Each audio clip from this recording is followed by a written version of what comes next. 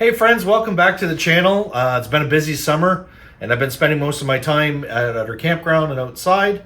But with the hot weather, I've just come down to the basement and I did a little bit of work down here.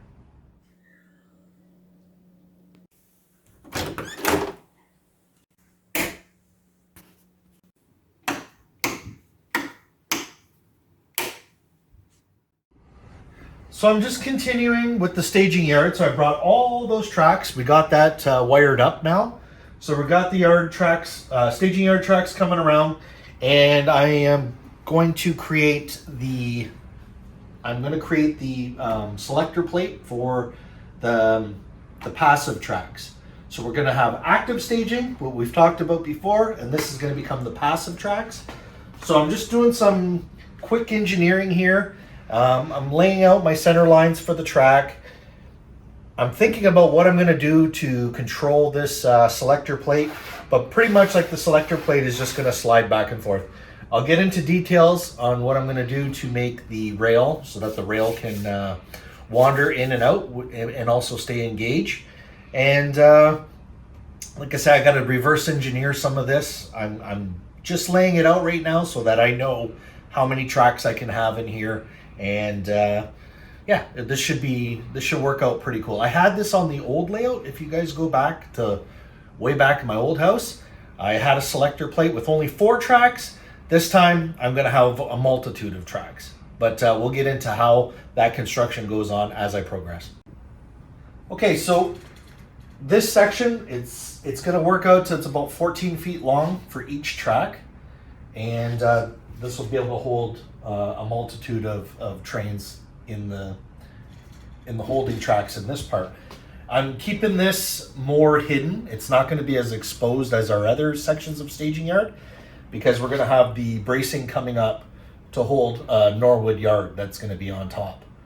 So I'm just continuing on. Like I said, I don't do a lot of these videos in the summertime because I spend most of my time outside, and I wish that you guys get outside more than just putting our time into just our layouts. There's so many other things that we can enjoy outside.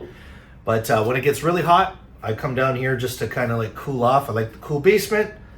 I have a lot of projects that I'm up to. We're finishing the helix, we're finishing the staging, and once I get all this in play, then it's going to be a bonus to start working on the top layer. So my goal is finish the staging, get some passive staging finished, finish the helix, and I want to be able to run my loop. So we started to hook up the panel. My friend Will's been with me, and we just put the panel in, and we started running some power to the layout. I'm utilizing the old panel from the old layout because it's still all the same sections of rail and such that I'm using. So I've already have all this investment in Digitrack stuff. So we're going to reutilize the whole panel, and pretty much all the blocks and stuff that we had from this panel we'll be able to use on the layout in this new basement.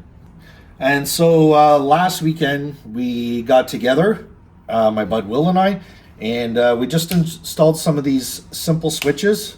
I'm going to link what I've used on the channel to show you guys what I purchased. It's just all stuff we got from Amazon. But we have 6 tracks in the active staging, so we have it locked off so that I can turn on, and all these tracks are isolated from each other. So when we have all the trains lined up with the sound and that, they're not all running. And also when we turn on the layout, there's not just this big surge of power, which everything comes on and causes some kind of issues. And I don't want no runaway issues, no wonky DCC issues. So we've installed these switches, and we have everything powered up. Stick around, and I just wanted to give you guys a quick update. If you stick around, we'll run the train. We'll show you how we're doing this and how we brought all the tracks together on the staging. So yeah, quick update. Enjoy the summer, and we're going to see you guys real soon.